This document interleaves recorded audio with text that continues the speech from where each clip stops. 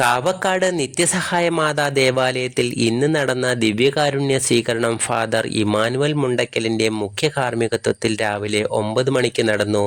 ദിവ്യബലിയിൽ 11 കുട്ടികളാണ് ദിവ്യകാരുണ്യം സ്വീകരിച്ചത്. തുടർന്ന് ബൈബിൾ, വെന്തിങ്ങ എന്നിവ വെഞ്ചരിച്ച് നൽകി. കൂടാതെ കുട്ടികൾക്ക് മധുര പലഹാരങ്ങളും വിതരണം ചെയ്തു. ദിവ്യകാരുണ്യത്തിൽ പങ്കെടുത്ത കുട്ടികളോടൊപ്പം മാതാപിതാക്കളും ദിവ്യകാരുണ്യം സ്വീകരിച്ചു.